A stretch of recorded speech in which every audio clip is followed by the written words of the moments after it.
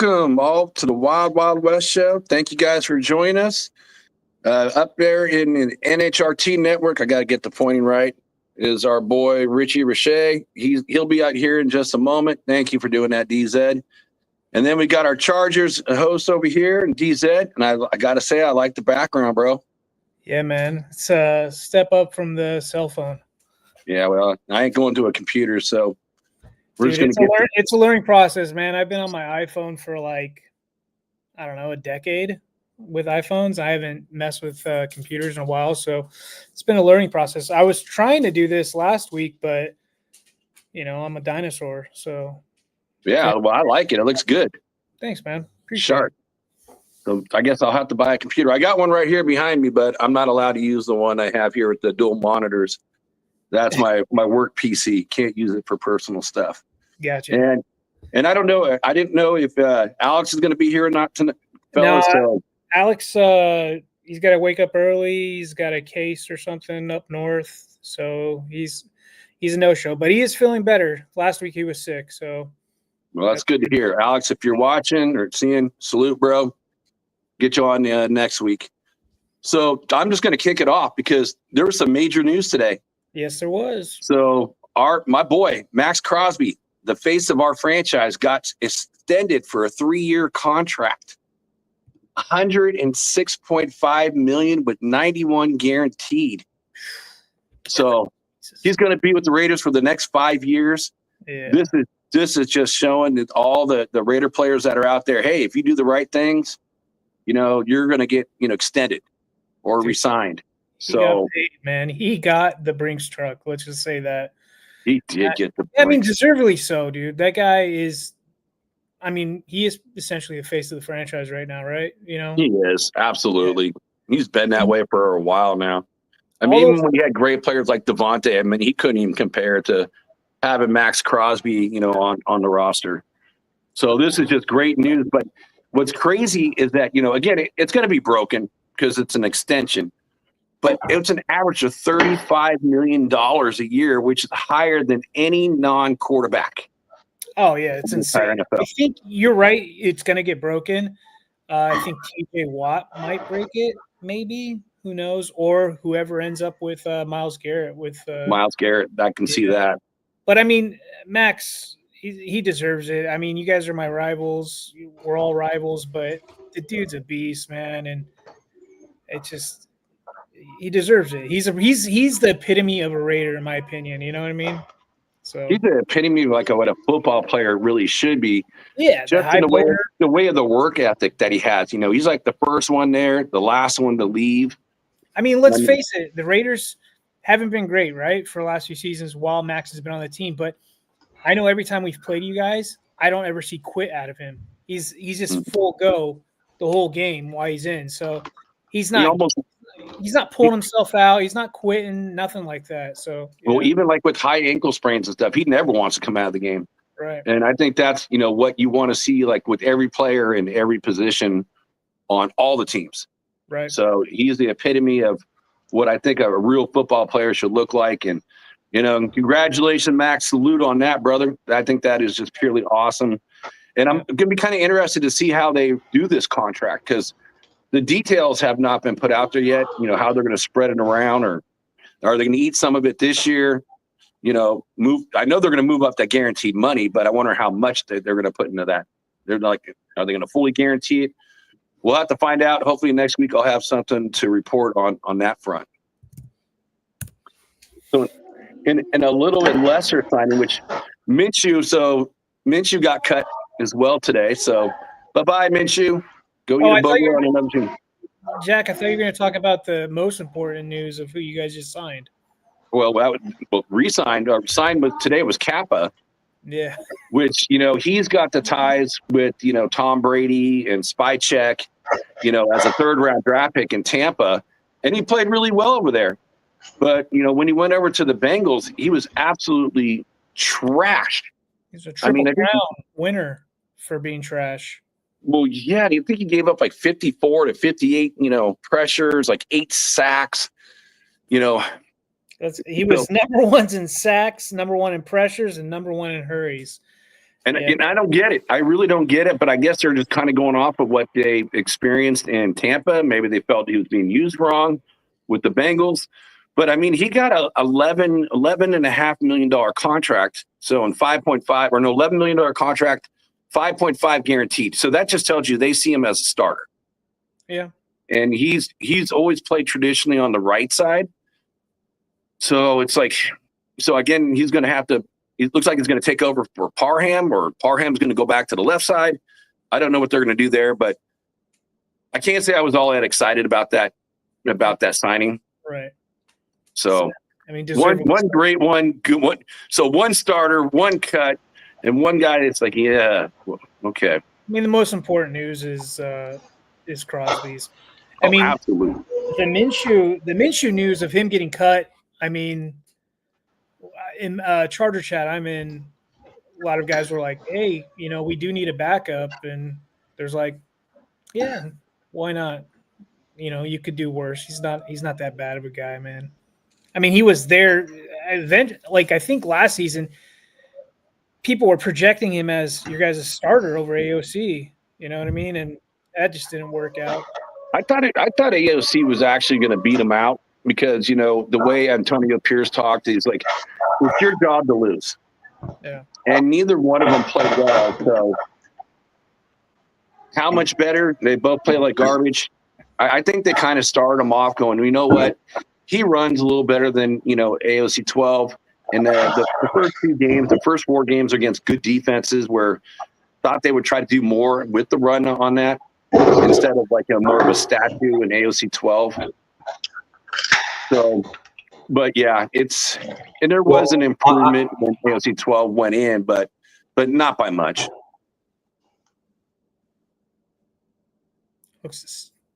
Richie's lagging just a little bit. Yeah. Technical difficulties. No big deal. Yeah, it was 11.2. I just looked it up. It was 2 years, 11.2. Yeah, there's definitely some quirks going on right now. So, Jack, with regards to Minshew, I think one of the reasons why he ended up kind of beating AOC 12 is I think your head coach, as much as he had issues and challenges and all that sort of stuff on your team, I think he kind of knew that there was a deficiency on your offensive line that was not addressed appropriately. And so I think ultimately he looked at AOC 12 and said, pure pocket passer, really in order to flourish would require a more competent offensive line that was going to be able to kind of keep him upright, etc. You didn't have a true run game to then backstop a pure pocket passer as like a friendly alternative, right? Where you could kind of like run and then pass to kind of break things up and, gain those extra yards. So I think it was more of a, dare I say, a necessity almost to start Minshew over AOC 12. Now, the question here is, are you and will you, perhaps a bigger question here, do enough to bolster the offensive line to either support a rookie starting this year or to at least give AOC 12 another fair shake like he had in his first year where he had a slightly better offensive line, whereas last year you almost made it worse in terms of what you guys did in terms of offensive line help, in terms of making it, and you made nothing better. Zero.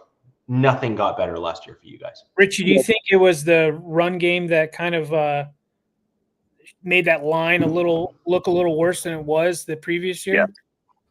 Yes, and no, because the run game was was horrible. But what they did in the beginning of the season with Cody Whitehair, I mean, getting him, I understand they got him, from the Bears. Gillespie was the offensive coordinator. He went to a couple Pro Bowls, but he's getting long in the tooth. Just like Kappa is, he's getting up there in age too. So again, that's a surprise signing. I don't know if it's going to be any better. But Whitehair, and then also Andre Pete, who also had a couple Pro Bowls, and both of those guys were turnstiles. Right. So, and then you added the fact that Zamir didn't show up. We thought Zamir was going to be the answer because the last 4 games from the previous season, he averaged over 100 yards per game. Yeah. So he looked like he was on track. But And I've said this to, in other chats in the nation, like, well, those are the last 4 games of the season. Everybody's banged up. Sure. And if you're playing against really good teams, they're going to be resting a lot of their starters getting ready for the playoffs. So it was a lot easier for him to get the yardage. And I also don't think they used him the right way. He honestly has no vision. And there's even trade talks for, wanting to trade him. But you use him on the outside. You put him on the inside, he may be a big boy. I mean, he takes his shirt off. He looks like a Greek god. He's just enormous, like Hercules. Yeah. But he can't see a hole, if it hit him in the face. No so vision. that's why you got to run the kid on the outside. You just can't run him on the inside.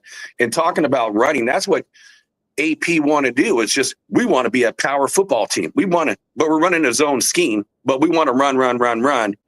Well, you'd run and get a yard. You'd run and get 2 yards. And then now you're forced to be 3rd and long. And they did that for way too long.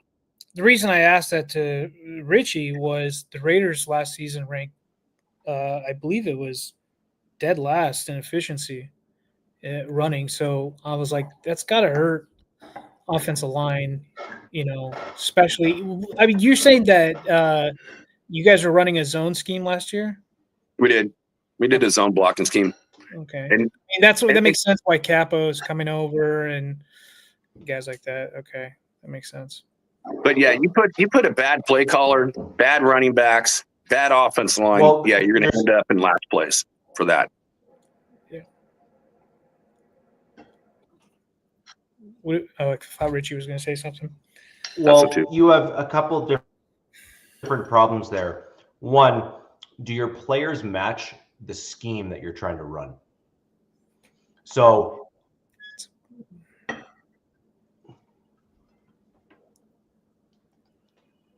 well, in the way of matching, no, I don't think they do. I think, Colton Miller can run either scheme.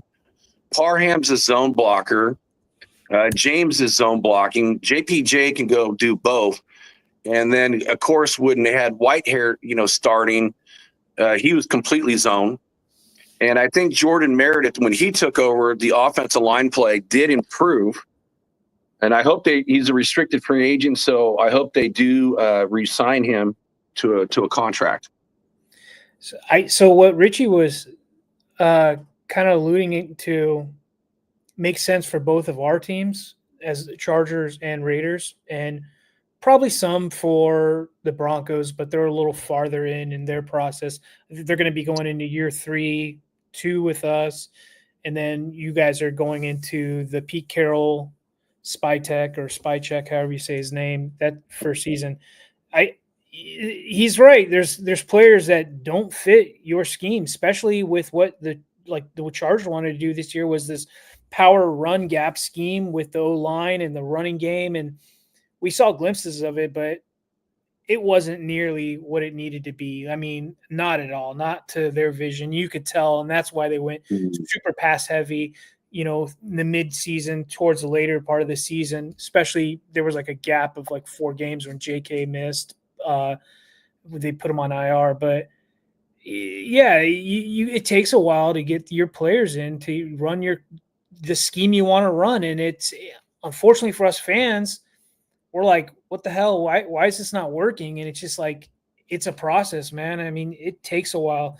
I'm seeing I'm kind of jealous of what Chicago's doing, what they just did, signing those 2 guards. 2 offensive. Yeah, 2 guards. And no slouches. Like I'm talking about like dudes, like dogs on that line. And they're like, hey, Ben Johnson's like, I know what worked in Detroit and I'm bringing it over here to Chicago. And yeah, so I'm curious to see what my team does. I'm curious to see what all teams do, especially with the Chiefs and what pick they're picking in this draft. I mean, there's really not many tackles out there. There's some guards. There's some centers out there. Like, I don't know what you guys have on the O-line, like who you guys are looking for. But I know for the Chargers, center and guards definitely is a must. Definitely don't need a center because JPJ, right. Stud. But I am definitely looking for guards, and again, I can see Parham again. He is zone, but the guy's small. He's only like 290 pounds for your right guard. And that's the thing about, Kappa. That's where he played predominantly, at what, 6'5", 312 or something like that. So he's definitely going to be a bigger body to be out there. But I was kind of shocked with that. I hate I'm talking about him more than Max, but everyone knows Max was coming back one way or another. So it's just exciting to have that play. Period in time where I'm like, oh my God, is he? And I honestly believe that Pete Carroll coming in to the Raiders was the saving grace for Max. I think there was a piece of him who's going, look, dude, like, this shit sucks. Like, I want to win. And then at the same time, what I said earlier, he's epitome of a Raider, right? And I think there was a little bit where he was flirting with, like, man, could I go to Michigan? Could I go to play for the Lions? And I think when Pete coming in and Brady getting Spycheck, however you want to say his name, I think he was like, all right, I see the vision. Vision. And I think, one of the biggest pieces with that, DZ, is, Patrick Graham came back. Yeah. And so to me, that was the big move for the Raiders because, he wants stability, continuity. So if you got your defensive coordinator, and then, of course, we can never rule out Rob Leonard, the defensive line coach. So when you're bringing his guys back right there, and, then I think it kind of it turned to the money, like, oh, I have no guaranteed money. Yeah. And again, we don't know when everything was influx. So yes, I think it raised questions, but then it really, once, Patrick Graham was in, Rob Leonard were back. Then after that, it's like he just kind of said, no, I want to be here. And he thinks it's kind of funny with all the trade rumors and everything else. Sure.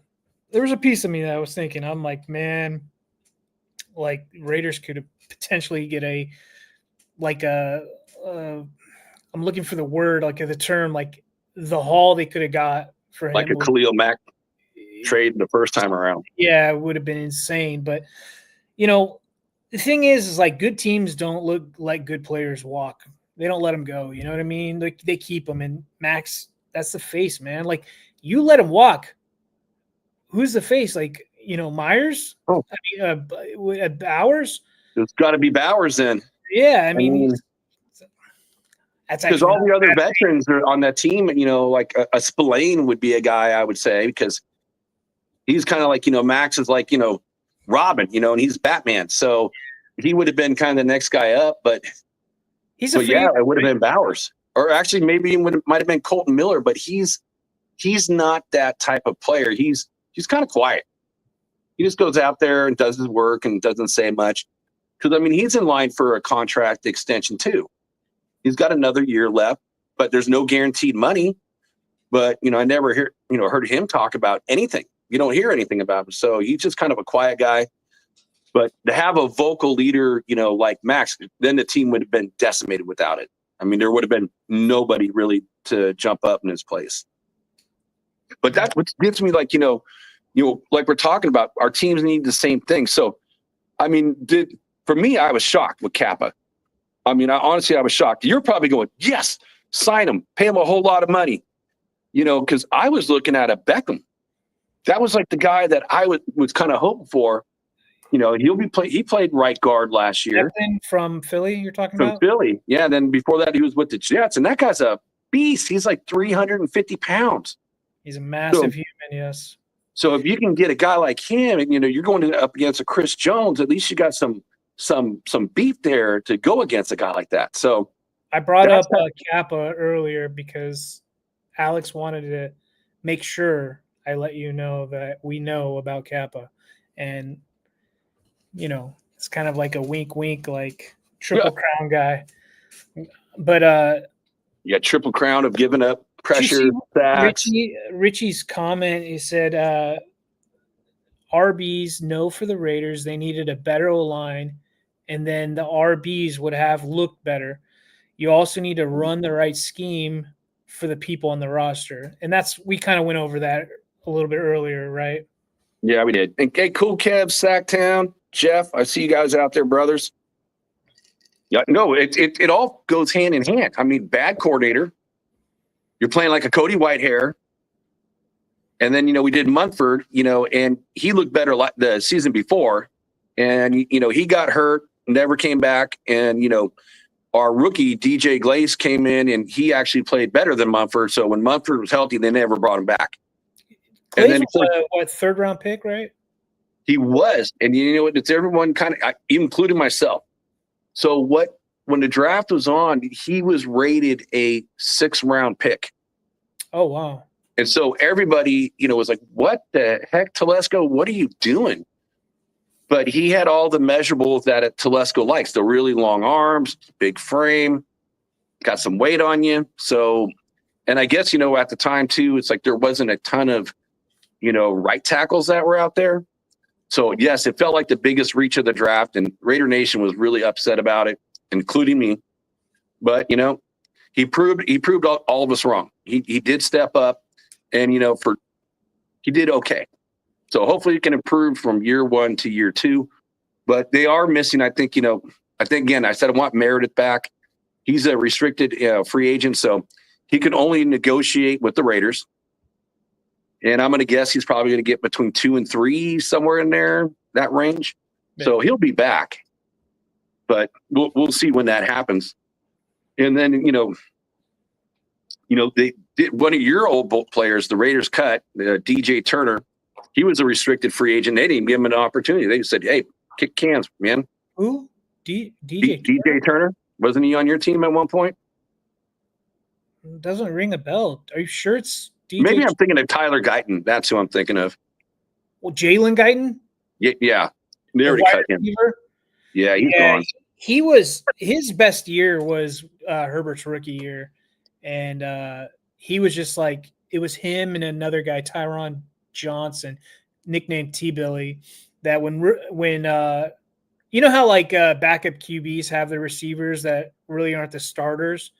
Mm-hmm. Justin had to play. It was with Jalen Guyton and T-Billy, Tyron Johnson, and he was just like stretch the field, and he was just bombs away with them. So, yeah. I mean, we saw pictures of Guyton. Like, he looked like he got fat or something. It was so weird. Like, he's supposed to be a really fast kid too. Yeah, I think he was coming off of an injury though. I think he was coming off an injury. He's a speedster though. It's unfortunate. You see these guys, one injury, man, and it's just like this. The NFL doesn't wait for anybody. You know what I mean? Like, there's just some dudes like today. I just saw the news with Tank Dell is just now getting his ACL surgery. So that's this whole season he's going to miss. And then wow, we waited a long time for that too then. Yeah, and then who knows if he's going to be ready to rock for the 2026 season. The Chargers did sign back EFRA. No Richie or Alex. Salute Angelo. Richie had to restart. He was having some technical difficulties with his hey, Angelo. Internet. DZ, yes, I did follow you on Instagram. Remember you told me about Kava or Kava. See my background? Oh, there we go. Richie's back. There you go. How are we doing? We're doing good. So, and just a quick thing, just because Alex is not here, which is, of course, is big. They, gave the franchise tag to the right guard. All right. First things first. Oh. Still no good? Yeah, you're good. It's a little laggy still, but whatever. That's messed up. Okay. So,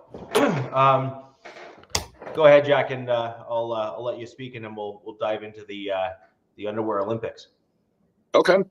Yeah, it was just two things for KC since Alex is not here. Like I said, they franchise tagged their right guard, which I thought they were going to let him go, but they didn't. And then a big trade for them. They traded Joe Tooney, which I did not have that on my bingo card, Jack. No, me either. Why didn't the Raiders trade? Well, I know KC wouldn't trade to the Raiders, but they gave up a fourth round draft pick for him.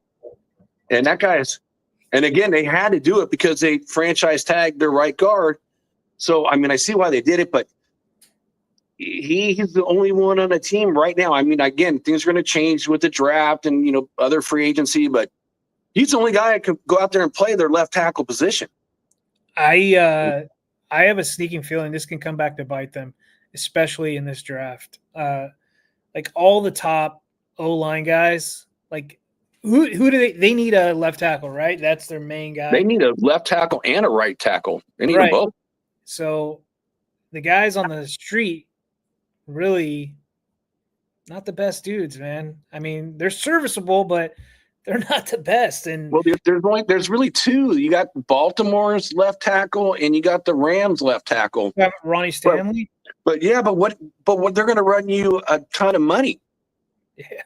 So, I mean, because you know, left tackles just don't grow on trees. Neither do right tackles. So, yeah, that's going to be really interesting to kind of see what they do. And I think their running back. Oh God, I'm drawing a mental blank on it. Their starting running back until he got hurt, and then Hunt took over. I'm just wondering if he's going to be on the team because they didn't extend him. They didn't like give him the 5th-year option. So I wonder what they're going to do with him. Pacheco, thank you. Oh, okay. He has no 5th-year option. Oh, you had no 5th-year option? No, you're right, because he was a 7th-round pick, so never mind.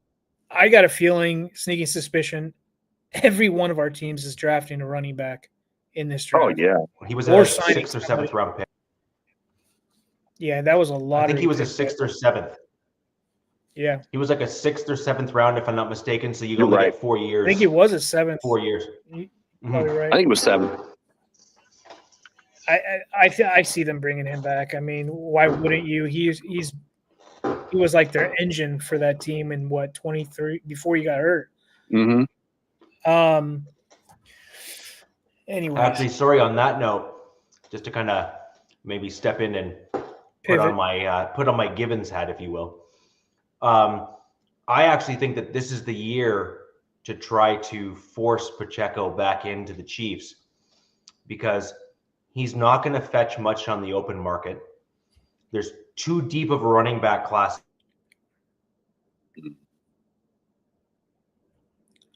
Nope. Well, in talking that, there's like 2 studs that are out there. They're potential first round back. Oh, sorry about that. I have no idea what's going on here. I'm gonna have to maybe leave again and no worries, Rich. We're going through like a major freeze here right now, which should come as no surprise given where I live. Right. But we had 2 days of about 30 to like 32, 35 degree weather. So like, above zero. So we had like a huge melt. Yeah. And then tonight it's going from like 34, 35, 36, going all the way down to like 20. Yeah. So we're going through like a major freeze right now. And I think it's starting to cause some havoc and stuff because you get the freeze and thaw stuff that kind of really starts to go screwy with, wires, cables, all that good stuff. Right. So definitely familiar with that down here, but yeah. So I'll go through this a few more times. I just was hoping that it wasn't going to be on the Wednesday. But with regards to the running back market, I just think this is a good year to try to force someone like Pacheco back into the fold. If I have to check his.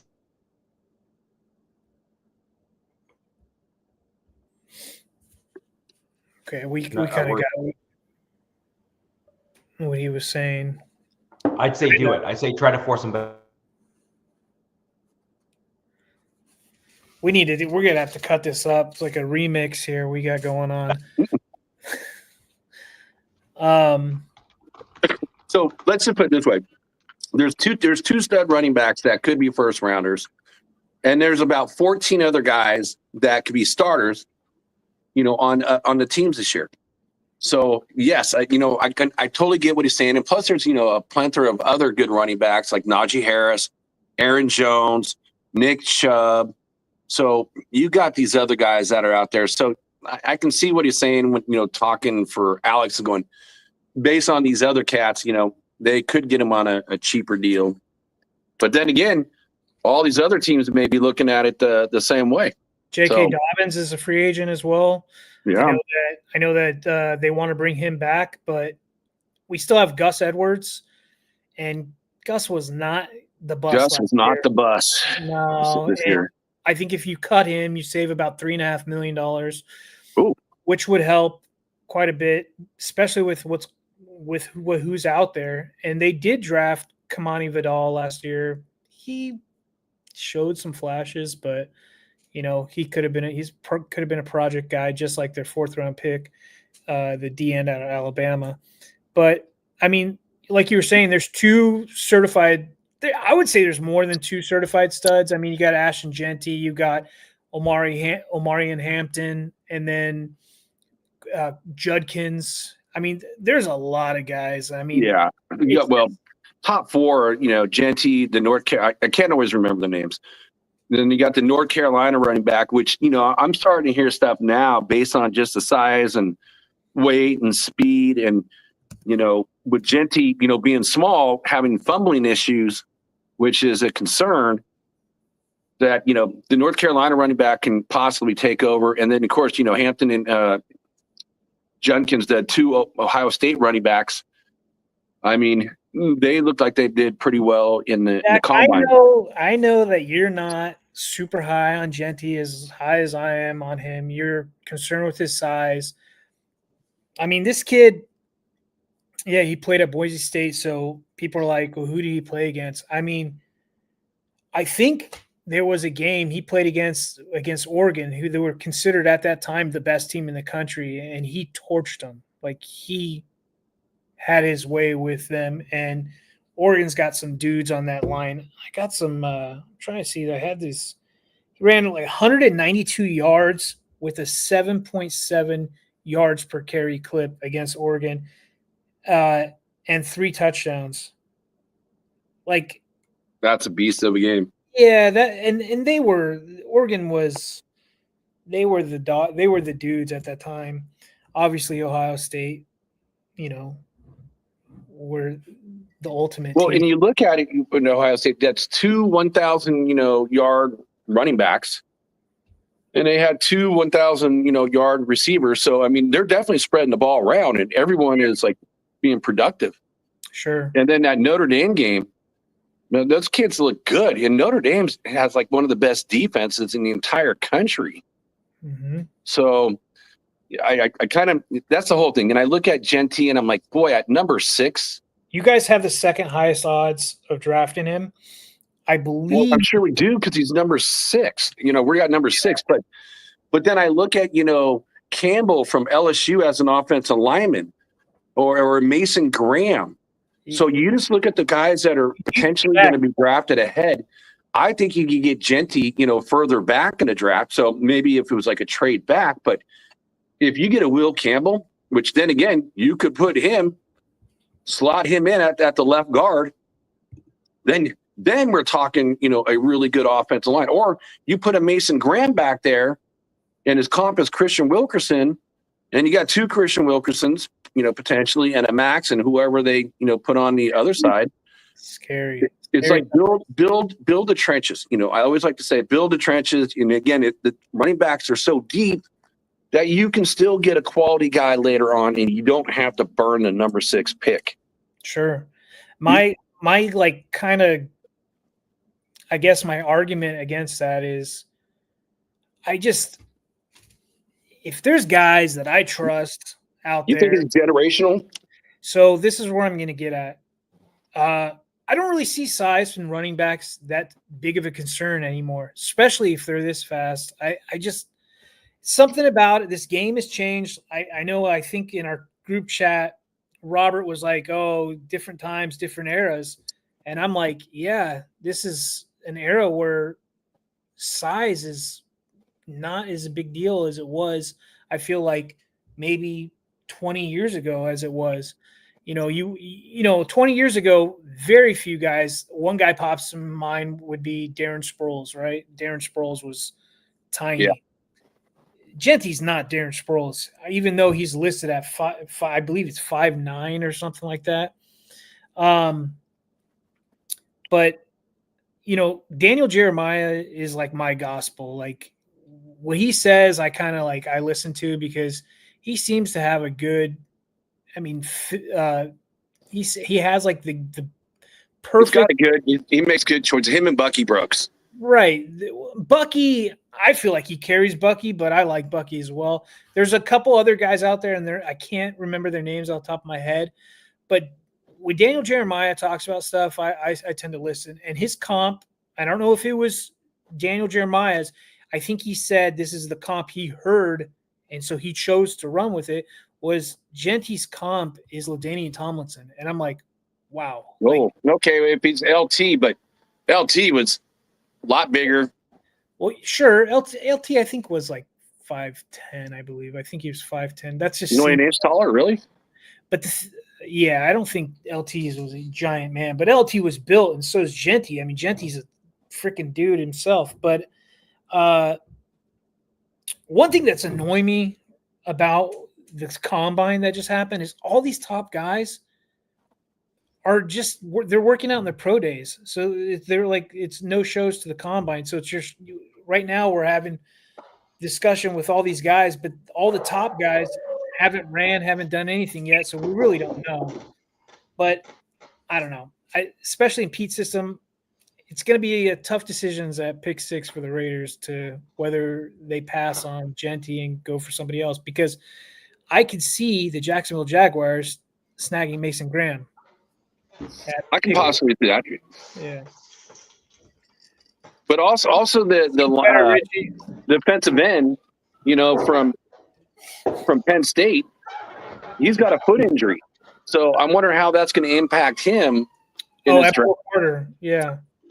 Because that's what Tyree Wilson had, and it messed him up for the whole first year.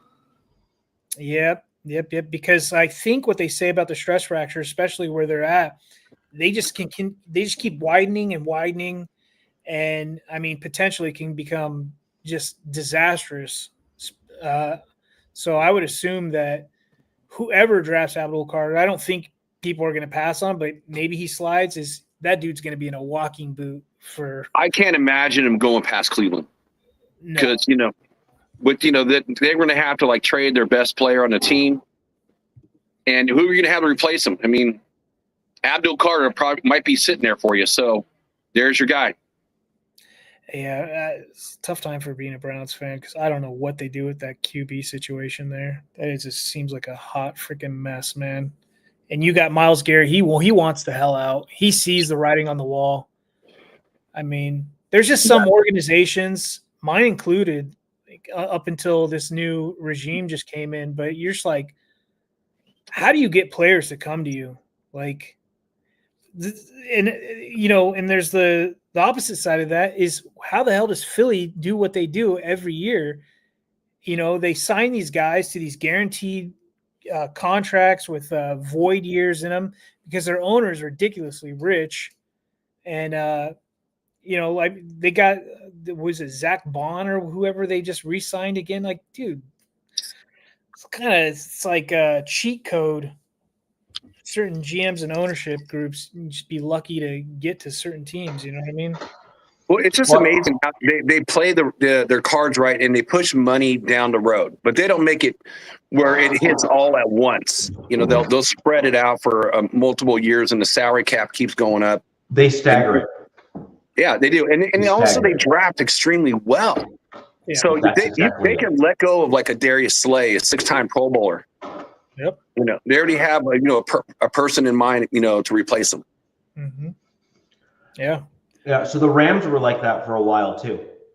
I think they're still like that. I mean, are you talking about the void stuff or contract? Well, no. I mean the general approach and how they run things and what they're able to do, and frankly, they draft fairly well. Actually, sure. Yeah, I think they draft really well. Yeah, and so you're ending up putting yourself in a position where you might be lacking in one or two positions, but overall, the depth across your entire roster is so deep that you can afford to let the guys walk in that last year of the contract and have them go elsewhere, because you got another guy in the depth of the roster that's going to be able to step in and do the thing at the same level, or in some cases, and this is the creepy part with some of these teams, sometimes even better than the starter that you had on the field.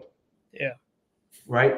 And the really good teams are the ones that draft depth, build and foster that depth, and actually kind of build that talent and grow those players. And sprinkle in some free agency, and and they're good, and they're always competitive year in, year out. You need to couple that with very good coaching, like at least at minimum competent coaching, or even better yet, good coaching or great coaching, and you can do incredibly well. I actually think, DZ, you guys are in a position in the Chargers right now where you need another, I'm going to say, solid year to prove that your ownership isn't going to revert back to their old ways. Well, it's funny that you said that, because there's a lot of DK talk right now, DK Metcalf talk on the whole interwebs. Apparently last season, the Chargers really went hard to Seattle asking about a potential trade, and which Seattle rebuffed them on. So it came out that he asked for a trade. It seems like Mike McDaniel kind of wants to make the team in his own image, which is understandably so, especially with JSN being there. Pretty much he was their number one last year. DK wasn't. And so we're going to see if they pony up and this is a player that they really want to go after. The problem is there's some teams out there who the rumors are that are willing to, give up a first round draft pick plus a young wide receiver, which. I'm sorry, DZ, who are you talking about on the Seattle? DK Metcalf, Jack. Oh, okay, Metcalf. Okay, I was going to bring that up. Really, someone's going to give up number one and more? Supposedly Green Bay. And the thing is everything that I'm reading, all the rumor stuff, the Patriots are so damn desperate. They've even checked in on A.J. Brown with the Phillies. The Eagles. And it's just they're willing to throw a Brinks truck or drive a Brinks truck to get a number one for Drake May. So I don't see the Chargers. I don't see my team, Jim and Joe, going, yeah, here's a first-round pick. Even though there was this picture that came out, and I wish I could just put it up here. Somebody put up a whiteboard picture that is supposed to be in the offices of Jim or Joe or somebody that had DK Metcalf's name and had pick 22, and then comp was like first-round pick. Like they would be willing to give it up. And I'm like, wow, either they really like him. I don't know. I'd be shocked, for, what he's going to cost you. Because, again, he's got 1 year left. So you're going to have to extend his contract out. And, he didn't even break 1,000 yards this year. That's because but he is a Z receiver. He is a big body guy that you can have him go down the field. He's going to be able to separate in a way using his body and so forth. But number one for him, with Devontae, you couldn't even. We barely got a third. Yeah, so that's the thing. So when you guys traded for Devontae, and there's another guy, I can't remember his name, but the thing is, DK's I believe he's only 27. Yeah, he is. He's younger. Yeah, he's young, so he's gonna warrant probably one or two draft picks, maybe this year, next year, or it's gonna be a pick plus a player. And they floated the idea. There's give them Quentin Johnson with a pick, and a lot of fans were like, "Okay, cool, yeah, sure, take that." Supposedly, they really like Quentin Johnson, but they took JSN over him. So it's like Coach Defense, our old friend, he had some pretty good Twitter remarks to that rumor on X today. But we need some weapons, and so I want to ask both of you. So DZ started off, since you brought up Metcalf, what would you give up for him? And we all need receivers. This is the player that I circled, because this is the guy I would see all four teams in the AFC West targeting. I don't want. I don't know about his. I don't know about Richie's team. I don't want him.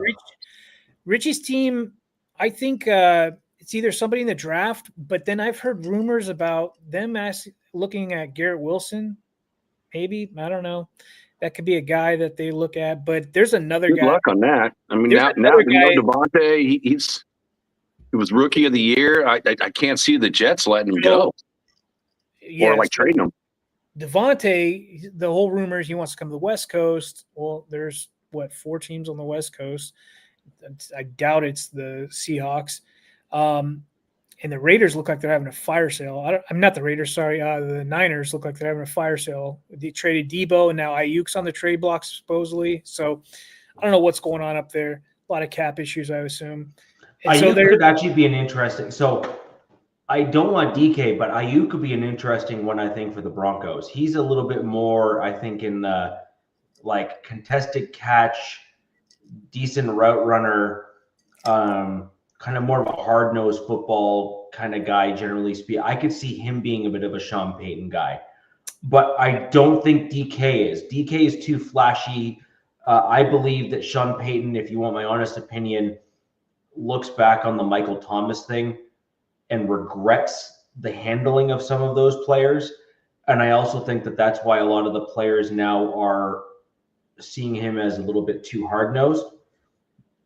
Is he looked back at what was done with some of the players when he was in New Orleans and regrets some of the divas that he kind of created on the team without checks and balances being put in place. I got a perfect guy for you then. Mm-hmm. Cooper Kupp. Don't want him at all. You're just because of the injuries, right? Yeah. Sorry. Injuries and slot. I don't think we necessarily on the Broncos really need a slot guy. I think that what we're really needing is like an X or Y kind of dude on the outside to like, as in like a compliment. Like I actually, to be quite honest, if I'm going to be blunt, we need someone to supplant Sutton as the X. So there's a guy in the draft that'd be great for the Broncos. He'd be great on all of our teams, to be honest with you, is Luther Burden out of Missouri. That guy would be a perfect fit for the big boy too. Yeah, for the Broncos. I mean, he would do just as well on all 4 of our teams. But the thing is like the Broncos, the Chargers, the Raiders, it's like we all need the same things. It's like who's going to fall in their laps in that first round, you know? Is it going to be a tight end or running back or a receiver? You know, like I know that the Broncos definitely are going to need a running back, definitely want a tight end, and want probably another receiver. And that's the same thing with the Chargers. I mean, I don't know, Jack, running back, definitely wide receiver. Oh, we need a couple. I say double dip in the draft, but I will say DK Metcalf would fit my team perfect. Well, I mean, you look at who was his coach, and so I think he would fit the Raiders perfectly, and that's the spot that we need him.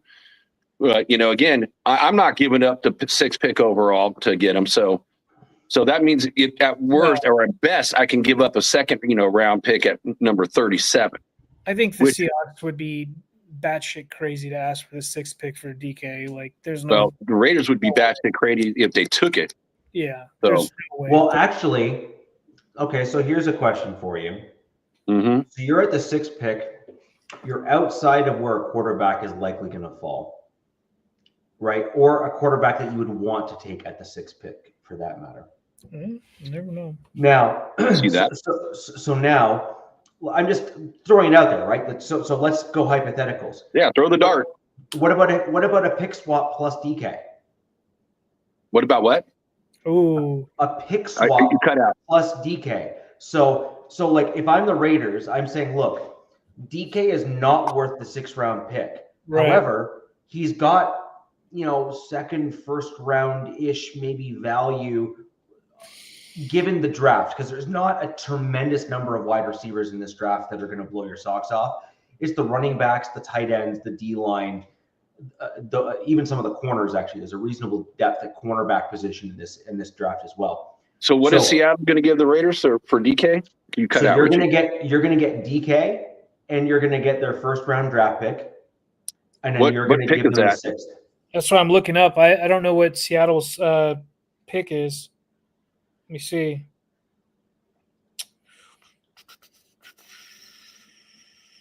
Okay. Pick 18. Which I said that's reasonable. Yeah. I still think I got a mole on that one because that doesn't sound too bad. Because again, in my mindset, I don't think he's worth the first round pick, and I think he may, if he got in the first round, it's going to be way later in the first round. It's going to be in the 20s. But getting him and not giving up a second and still keeping a first round draft pick,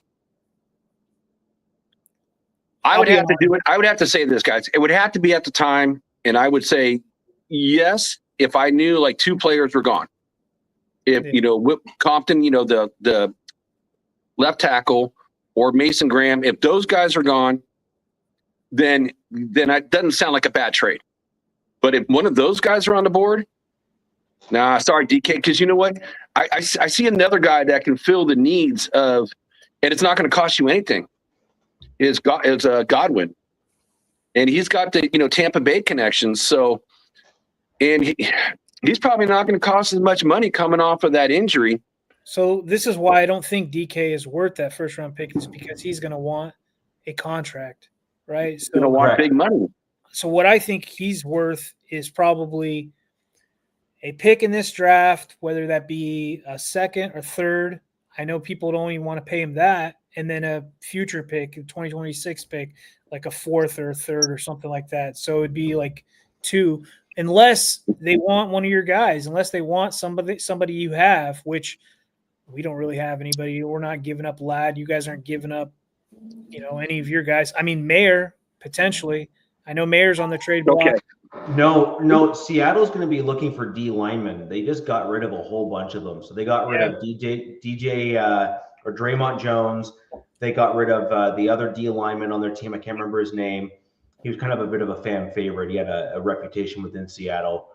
And they got like 3 or 4 guys were all let go today, and it was announced on Twitter. The Seahawks released like a pretty classy post actually on their part where they said thank you to all 4 of the guys that they cut.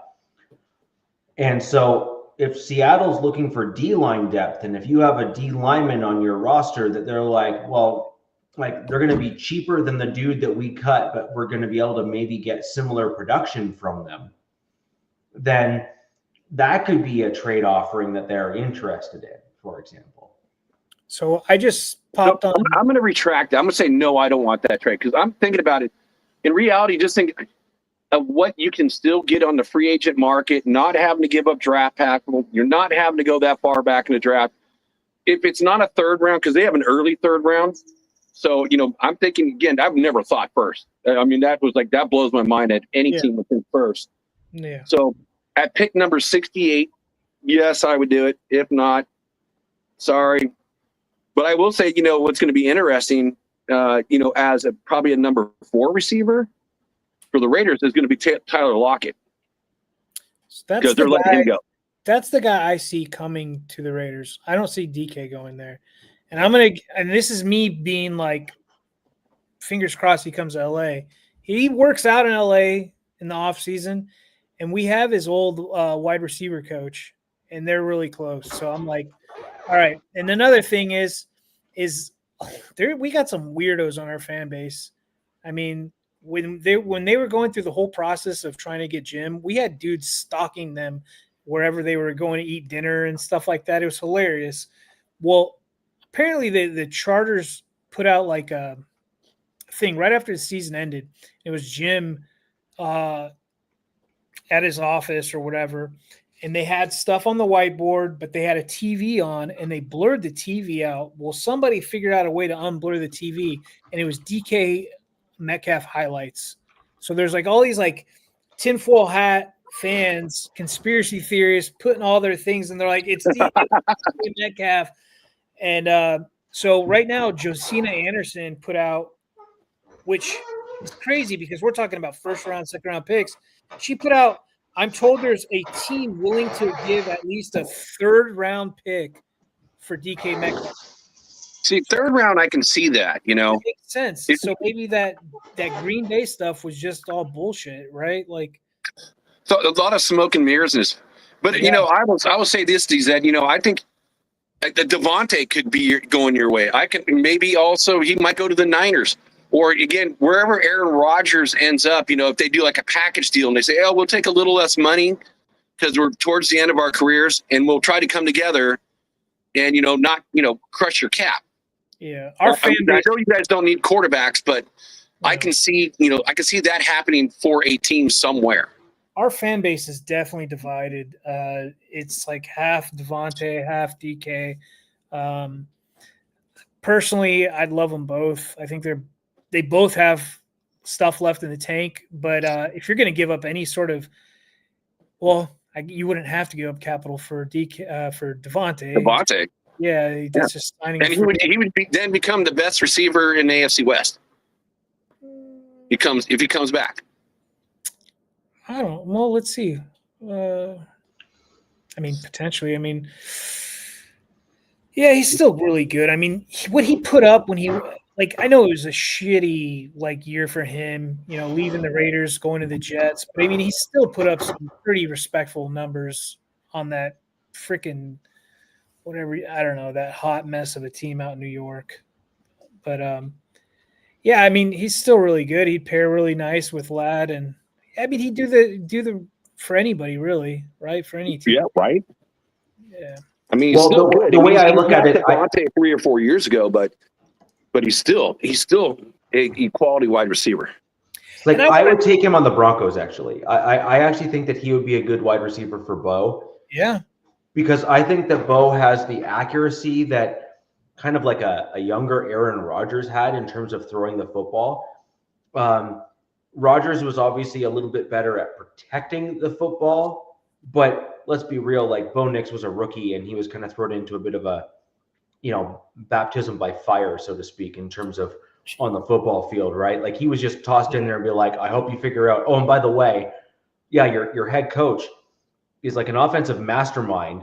And it's well known that his offense is one of the more complex systems in the NFL. So here's hoping you don't screw it up.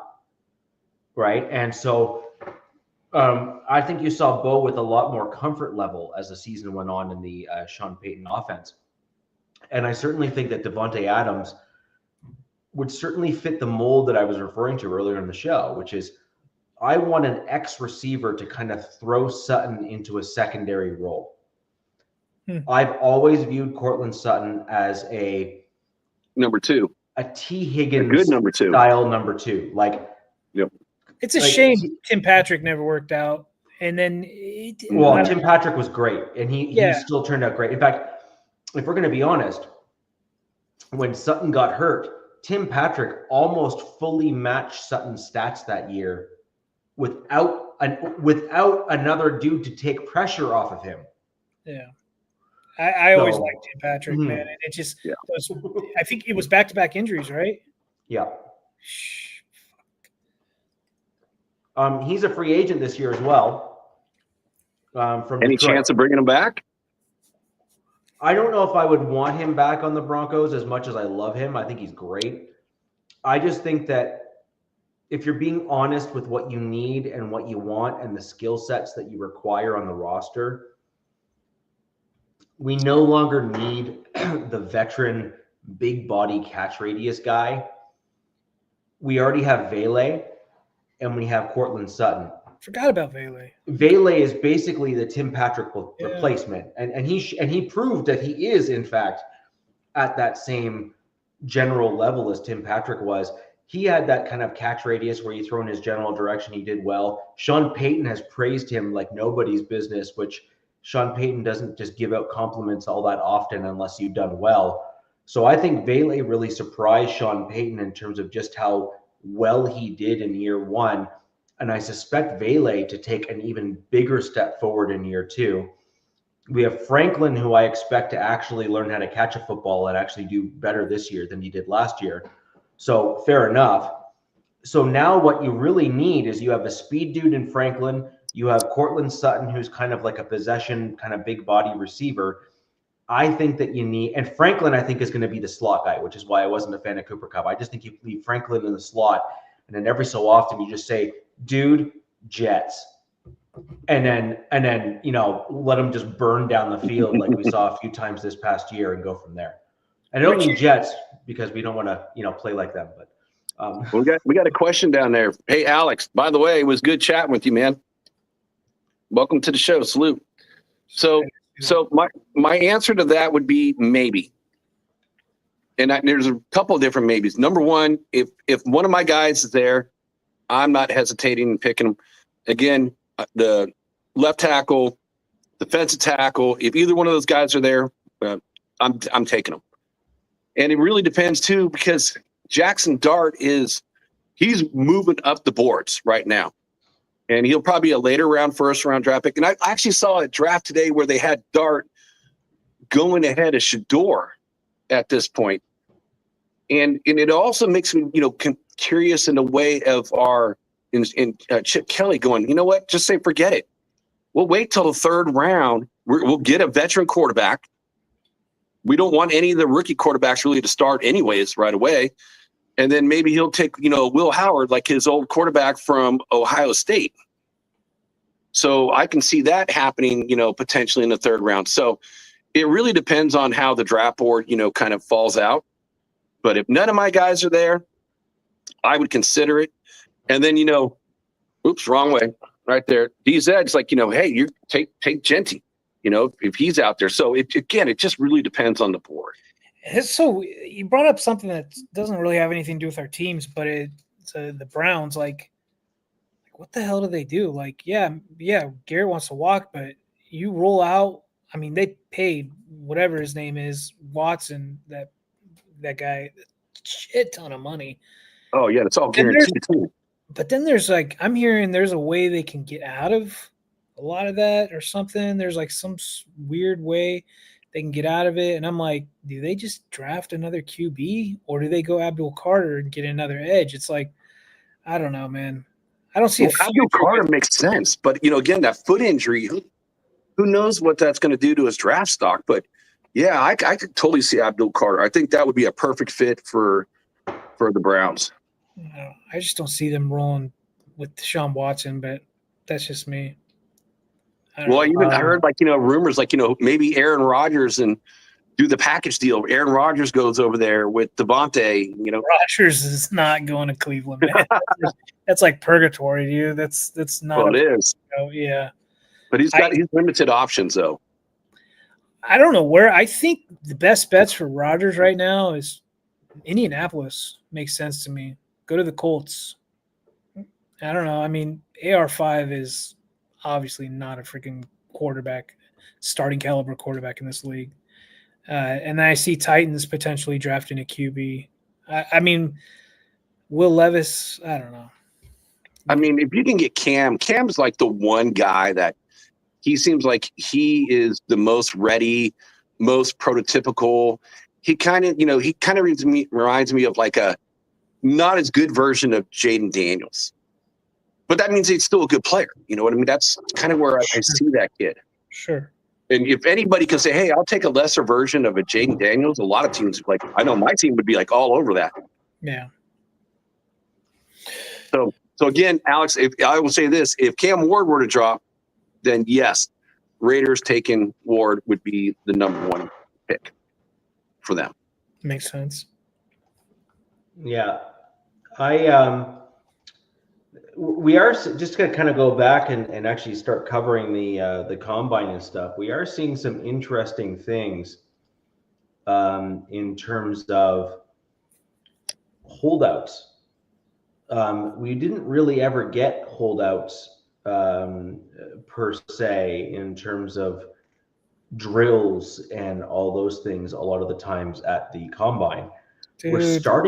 We're starting to get a lot more of them now at the combine, where guys are saying, look, you're going to value my tape more anyway. Yeah. I totally get that you're going to want to, know my 40 and know my vertical and the 3-cone and all the other stuff, but it's not worth me getting injured and then tanking my draft stock. There's two sides to this argument, but I know what you're getting at. Yeah. I know what you're talking about. But it's also at the same time, it's like, if I'm the best player at my position, all I can do is go down. you know, I can't really go any higher if I'm the top guy at my position. So, Yep. I don't know.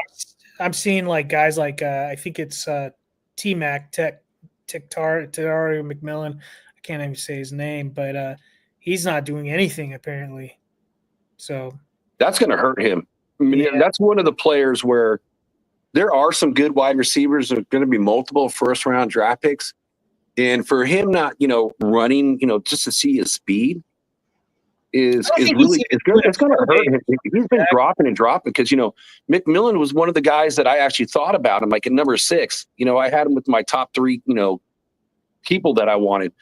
But I just don't know. It just seems like by not win the Combine. I know we kind of interrupted Richie, but go on to T-Mac. I think he's a fantastic guy, but there are some things about his film that are kind of worrisome. He's like comparative to like these other receivers in this draft, he is like gets off the ball like super like I don't know what the word is, like lackadaisical. He gets pushed off the ball a lot. Like I don't know. There's something about him. It's like he's like a DK, right? Like there's pros and cons, big time pros and big time cons with the guy, and I think that's going to be T-Mac in this draft. Like, so he's definitely cannot go and be your number one anywhere. He's got to be a complementary piece to somebody, and that would make sense to the Raiders because I mean, you had one of the best receivers last year in the NFL in Myers with catch percentage and drops. He was like the best guy in that percentage or something like that. Oh, Bowers? No, Myers. I'm not. Jacoby. No, Mayers. No, Myers. I'm sorry. I was thinking of Michael. Yes. Yeah. Jacoby. Yeah. He's a number 2 though. He's right. He's not good enough to be a number 1, but he is like, you know, a Cortland Sutton in the same way. Like, you know, it's an above average number 2. I'm trying to see that stat I was talking to you about. Anyways, he's a good guy to have, and so I could see like a Tet something being paired with him, but I doubt that's the route the Raiders roll. Yeah, the other thing I'm finding interesting, just as we're kind of going down the combine and the, you know, all that kind of stuff, noticing some really interesting trends. So we used to see these bigger bodied running backs, and I mean like 225, 230 was kind of like a common standard size and frame for a running back, right? Mm-hmm. And now we're seeing these running backs come into the league at like 212, 215, and they're not big. They're kind of smaller and lighter. I don't know if I'm a huge fan because that'll only last for so long. That's why. Go ahead. So my main concern with guys like that is, are they going to get hurt? And what compensation or what kind of counter are we going to see on the defensive side? Because to every yin there's always a yang, and D coordinators they get paid handsomely for a reason, and so I think what we're going to start seeing is maybe bigger sideline to sideline linebackers that can just stonewall them right at the line of scrimmage just because there's a size and height differential, like 6'4", 230, but can run a 4.4. I mean, I think we already kind of saw that. It's just like all these safeties converting to linebacker to deal with these faster running backs. That's where it's at right there because, you look at it started on the defensive side, the Junior Seaus, the Brian Urlachers, you got these massive like 250, 260 linebackers. And they started getting smaller, lighter. They're going more side to side. So I think the running backs kind of had to change to try to be, outrun these guys that are getting quicker on the defensive side. So I think the linebackers are going to keep getting smaller, but I also think that's apart from the defensive tackles, which keep getting bigger and bigger and bigger. And when you get, the the Daniels of, like, again, Phillies, both of them. Yeah. Carter and, the other Daniel. It's like those guys are 320 pounds apiece. So if you got bigger defensive tackles, you can get linebackers that can be a little bit quicker because they're going to eat up blocks. And then again, you want those running backs to outrun those guys. So they're getting smaller. So I think it's kind of that progression.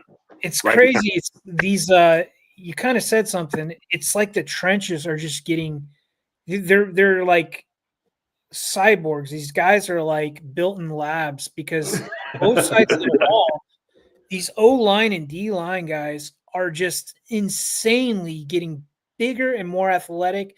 And something I kind of took from this year's combine is the speeds in every position were insane. The offensive line speeds were freaking incredible. Like, O-linemen don't need to be running 40-yard sprints, but look, for screens or something, sure, cool. But like, everybody's speeds, and these guys are like 6'4", 330 pounds, and they're running like 4.6 yard 40s. Like, Jesus Christ, like, insane. It's nuts. It's these guys are. Let's put it this way: a slower running back only a handful of years ago was running like 4.7. Yeah. Okay. 4.7, and some of them were running like they had bad days and they were running 4.8s and stuff, right? Yeah. We have 1, 2, 3, 4, 5 offensive linemen that ran sub 5.0 40s. That's crazy. I wouldn't want to have to be like running away from one of those guys. That's for sure. So they're bigger, stronger, and they can catch you. Yeah. So the tackle that really started to turn some heads and raise some eyebrows is the Missouri guy. Oh my God, Membo. Oh my God. He is 6'4", 332 pounds, and he ran a 4.91. Dude, Richie, that's that crazy. Guy, insane. So that Membo guy, his comp is Rashawn Slater, which is, hey, that's nice. His measurables are all the same, maybe an inch or two, but this guy is 20 pounds heavier than Rashawn Slater. He is a stud. Whoever lands him, oh my God, day one, starter mauler, and the guy's got the right mentality. He's gonna run through the over. Yeah. I'm really excited to see where he lands. I wish he would slide in the draft. I mean, I don't know. I mean, actually, no, because I think the Chiefs would jump all over that. Mm-hmm. But, yeah, there's some guys I really liked. There's Zabel, I forgot where he's from, but he's another offensive lineman. You're right. There's these dudes coming out that have got me pretty excited. Yeah, I mean, the fastest dude was Wilson, Jared Wilson. He's a center on the offensive line. Yes. Now, unfortunately, he's not the huge. Well, he's not small either, but he's 6'3" and 310, which is still not a small human being. And he ran a 4.84, which is still, I mean, let's be real. The dude is still over 300 pounds and pushed a 4.84. Like, that is, like, that ain't bad. You know what I mean? So as I've been saying on pods before, I mean, DZ, you've been listening to the show for quite some time and are now joining us live to kind of add your contributions for the Chargers and stuff. But I've been saying for the longest time, like years now, actual years now, where mentalities of teams and expectations of teams need to drastically change. Before, for a zone blocking team, everyone used to keep on saying, no, we need to go after a dude who's like sub 300 or like in that 290 range because we need him to be mobile. And my answer to that is, yeah, that made sense back when John Elway was playing. Sure. right? But gone are the days where that's a requirement. Like, look at what the Eagles were able to do with their linemen. There isn't a lineman on their roster that is sub 320. They're all 6'5", 6'6". I think the average, if I remember correctly from the graphic that was pulled up, the average height is 6'6", and the average weight is 330 pounds. That's insane. And they are mobile.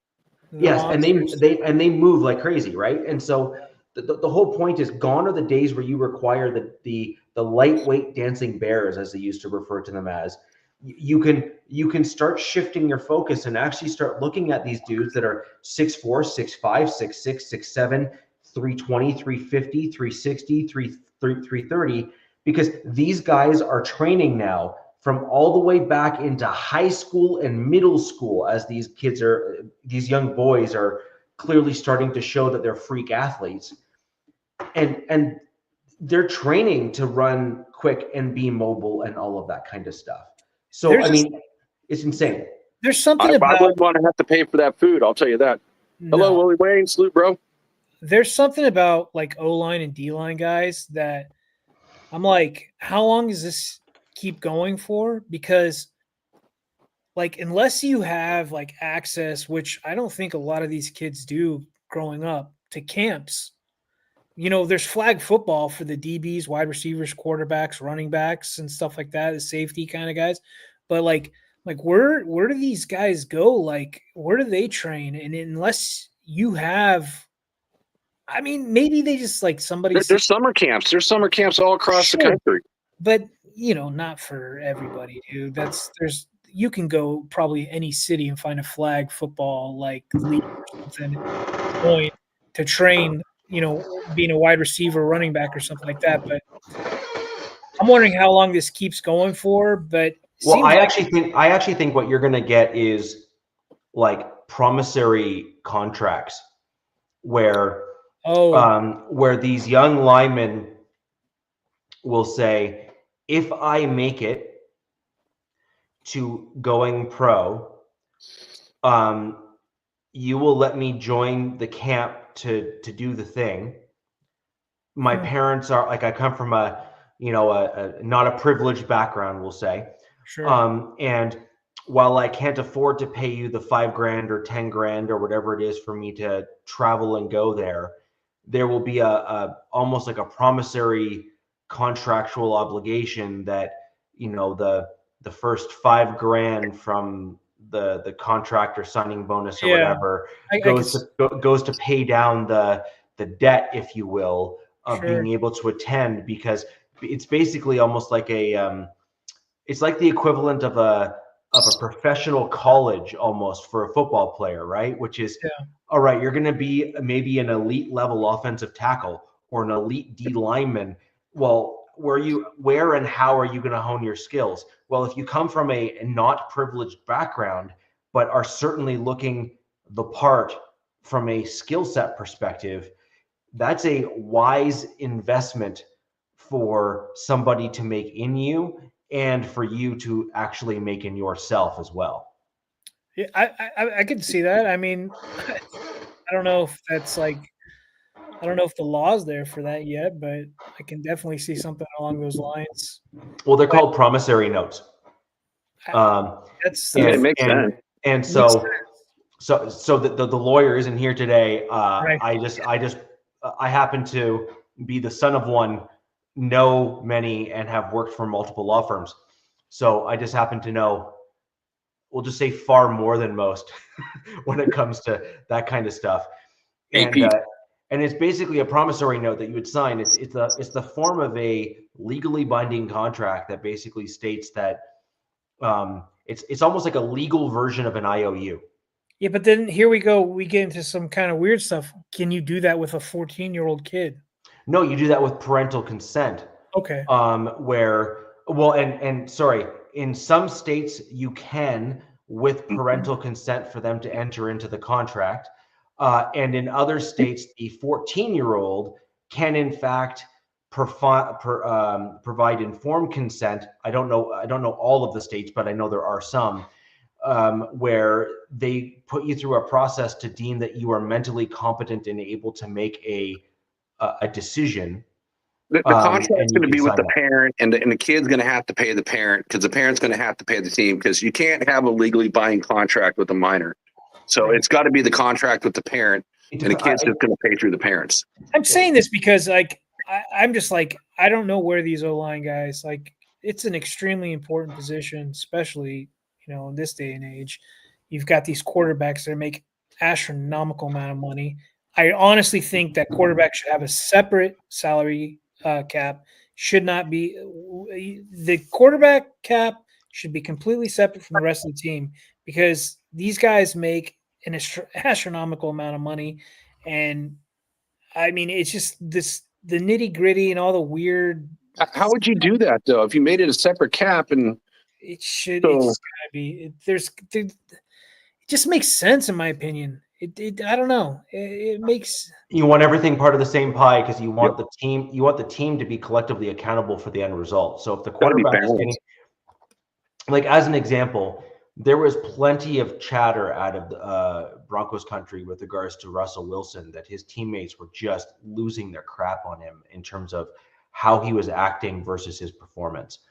And you want the one pot to be part of that one pot, so that the teammates and the quarterbacks, for that matter, can kind of can all be held to account for their play on the field. So as an example, as we're looking at these combine stats and looking at, you know, Membo, for example, or Jared Wilson for their 40 times, who have clearly put a lot of effort into making sure that they are polished and ready to enter into the pros to their best, to the very best of their ability, and are putting up, you know, statistics where they're obligated to perform, and they do. Well, the stat itself may not be the make or break for them to get to the NFL, but what it does show is that these guys are willing to hone and work on their skills, and are capable of honing and working on their skills, learning and applying it. Now, flip into the NFL for the quarterback and the salary cap. Same concept applies there. If I have a $50 million quarterback, you know, a la, you know, Herbert, for example, and he starts crapping all over the bed and starts, you know, throwing picks all the time, and, you know, et cetera, only happens in playoff games. This might be true, but you never know. But let's just say that for argument's sake, he starts, you know, doing stupid things. Right. Let's say he pulls like a Dak Prescott, right? Sure. Where he gets paid a boatload of money and then plays like crap. So you would want your D lineman who's getting paid, you know, he might not be getting paid the QB money, but you want your Max Crosby on your team, or you want your Khalil Mack on the team to walk up to the quarterback, smack him upside the head, and said, "Step up, my man. You're playing like a $20 million guy, and you're getting paid 50. You stopped us from getting a bunch of other players, so you better step up your game, or I'm going to be demanding that you get shipped out." Yeah. Well, even you know, more recent, look at Aaron Rodgers getting cut, and look at the Rams telling Stafford, "Hey, go check out the market." So it's like, you know, even if you're playing well, there's got to be a checks and balances. Otherwise, no. Stafford was in a unique position. I think the Rams wanted him to see what his market value was, and they wanted to work with him. And I think he wanted to. Oh, he did, absolutely, as well. So because he was only supposed to get $27 million. So, you know, they're like, hey, you know, we're kind of, you know, in salary cap issues. We got a bunch of, you know, good young players. Mm-hmm. Go check out the market, because, you know, we don't really want to pay you that. So go find out what the market is, and then come back to us, and we'll do our damnedest to, like, you know, to get you where you need to be. Yeah, that was a weird situation. I was like, what are the Rams doing? Apparently they know what the hell they were doing. Mm-hmm. I'm glad I'm not a GM, because it is not an easy job, in my opinion. I mean, obviously they have a team around them, but I couldn't imagine. So at least for me, I made some comments in the last two shows about my Denver Broncos needing to seek out linebackers.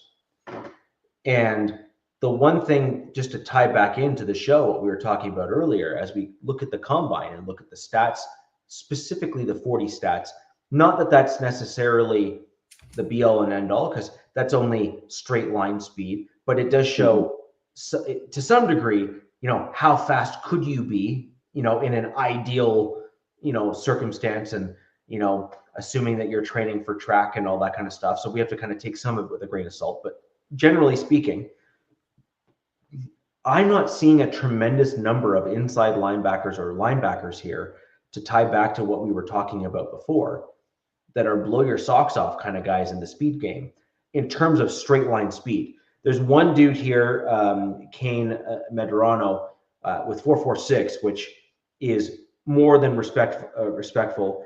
And then you got Eugene Asante, who is 4.48. So, those are certainly the types of guys we were talking about earlier, that are speed dudes that, ought to be able to. I had to check their 3 cone to compare, to double check, but you assume track speed also then generally transfers for the most part to 3 cone in terms of straight line. Although sometimes you can get some real anomalies that are super fast straight line and they absolutely suck about turning direction and stuff.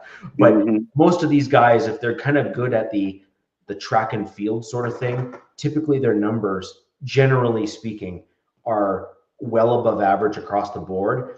And then the question that you ask yourself is, okay, I got the track numbers, so, check box 1 for that. What does that play look like, and does it actually translate to on-field speed? Or is this a guy that runs 4.46 without pads and then runs a 4.9 or 5.2 when the pads go on, because the dude can't run with pads on properly? So I'm saying that to say this, where once you get past that, then you're into the 4.52s, 4.58s, and getting up to 5.0s. I mean, we saw linemen run speeds that were, in somewhere in those ranges. And so my concern here is, we're not looking at dudes, at least on paper so far, in terms of pure combine numbers, because the show here is about the Underwear Olympics that we just experienced here this past week. Yeah. Thank you for Captain Jack for coining I was going to say I'm happy to kind of take that on and carry that torch. But realistically speaking, what we're not seeing here is anything that really blows your socks off, aside from the top 2 guys. Everyone else, from a pure 40 time speed thing, is kind of more okay. I'll take your word for it, because I don't know anything about the linebackers coming up in this draft. There's only a couple. Abdul Carter. Well, I mean, he's an edge. Only some of the top guys. That's an edge guy. You think he's more edge? I think he could probably go play both sides, like Khalil Mack did. Khalil Mack did, edge, outside linebacker. He did both. I think Abdul Carter has that potential. Okay, well, here, let me rephrase this. I don't know anything about the inside linebackers at all, like what kind of Richie was looking for, I guess, for the Broncos. Yeah, if you're looking for a middle linebacker, I don't know anything. I haven't heard anything about middle linebackers. Not either. I follow a lot of guys on X that dive into prospects, and I have not seen anything about linebackers per se. So, in fairness, it's not the sexiest position to talk about.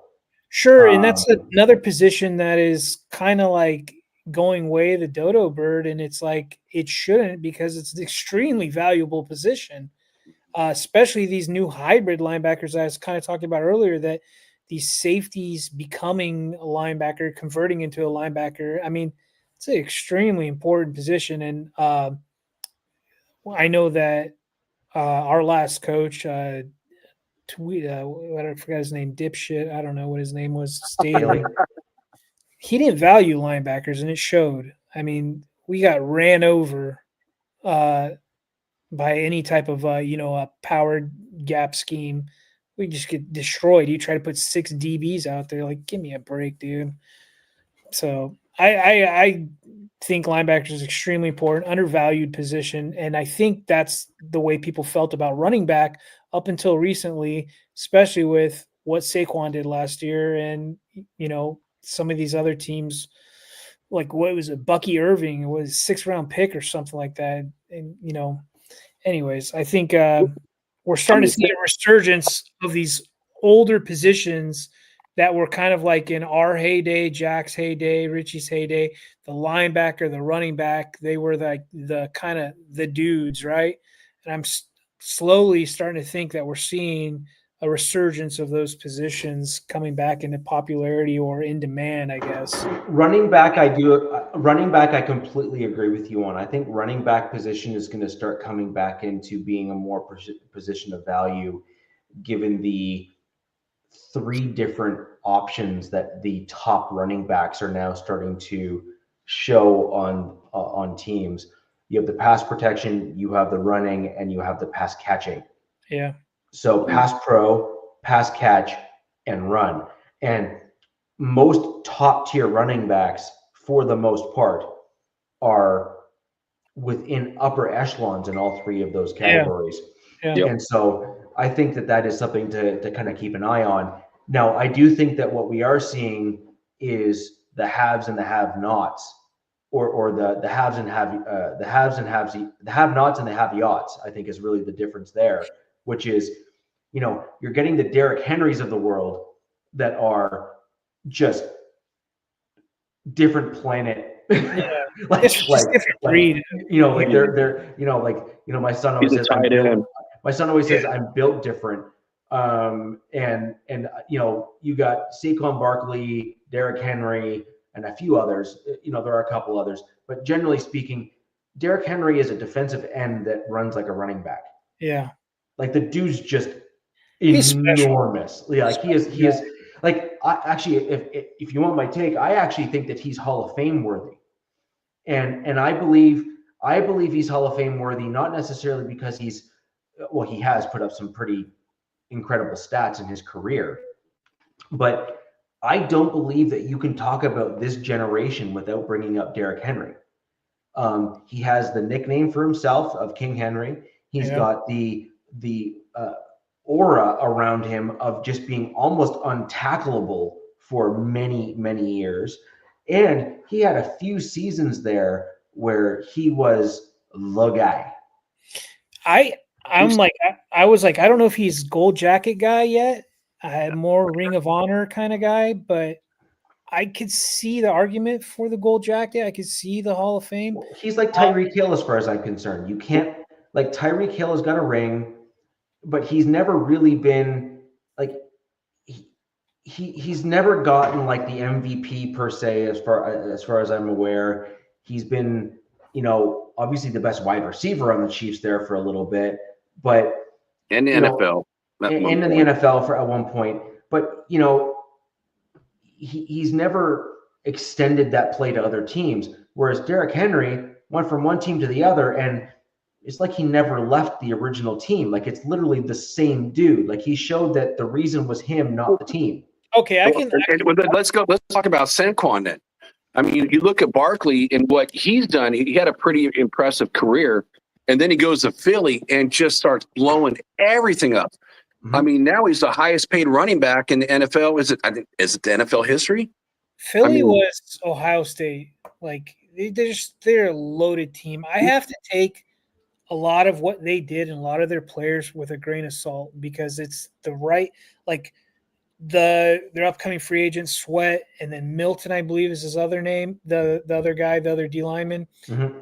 These guys were all in the right system with the right people around them. So I'm like, and then that piece, the piece to pièce resistance. Yeah. That was Saquon for them this year. Adding him, putting him into that mix. Mm-hmm. But but I'm looking at Derrick Henry. I mean, he was Offensive Player of the Year in 2020. Mm-hmm. He was, first team All-Pro 2020. He's 5-time Pro Bowl. I mean, his stats are pretty impressive. So I'm like, he could be very well. That's what I'm saying. You can't talk about this generation without talking about him. Like, you can't. Like, I'm sorry, you can't. I agree. And you talk about, like, let's circle a little bit back to the linebackers. When we talk about the running backs, again, a lot of these running backs, we got to a point where you had a specified running back for everything that you need to do. So you're getting multiple running backs. Yeah. Until you find that Saquon Barkley, and that does it all.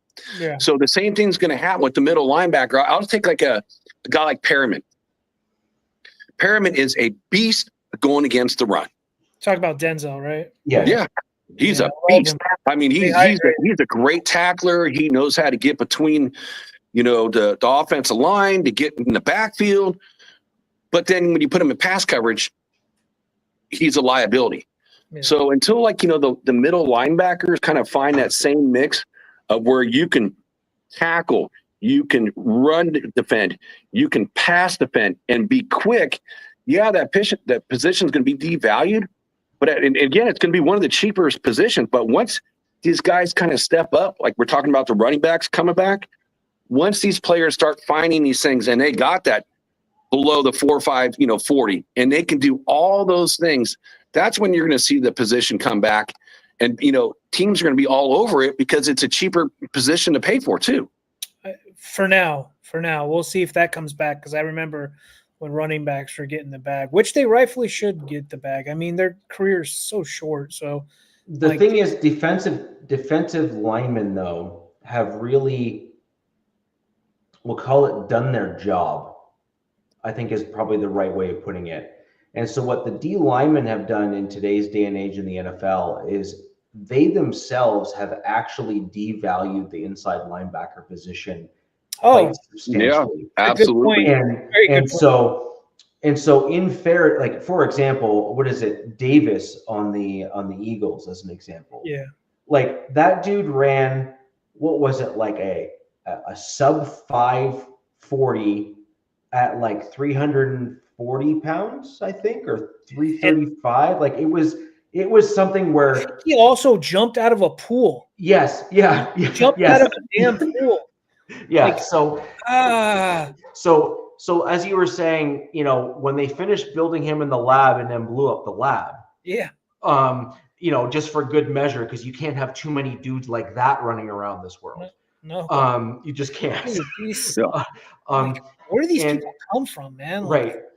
And so my point is, when you look at this stuff, is that the D linemen have become so big and so athletic, just like the offensive linemen, but the D linemen are actually more athletic than the O linemen are, generally speaking. They're faster, they're bigger, and they're stronger, generally speaking. And that's also why a lot of the rules favor the offense, because if it didn't, then the D linemen would just eat the offenses for breakfast, I think. And you kind of need that. But then what they've done is that because they're so big and they're so fast and strong, you're basically devaluing the guys. I think the stronger is debatable. I think the strengths, I would say, more flexible, faster, stronger. But it's also the combination and coupling that with being like 310, 320, 350. Sure. Yeah. Like it's everything stacked together that is basically allowing these D linemen to eat up and push forward so much better, faster, and more than they ever have in the past, that you're not needing a 250, 245, 230, 220, 230, 235. That's side to side. That's speed, the new. I mean, cover. I know there's a guy on my team, Deion Henley, his second year. The guy is a converted safety, wide receiver, EB. Yeah, he was our leading tackler on our team. The kid he just balled out this season, and hopefully Colson Loveland, my favorite pick of last year, gets it together and pairs up and could possibly be one of the best linebacker duos in the league. Knock on wood. Hopefully, we'll see. But I think there's another argument to that. I think that with the linebacker stuff is the league kind of went real pass heavy. Mm-hmm.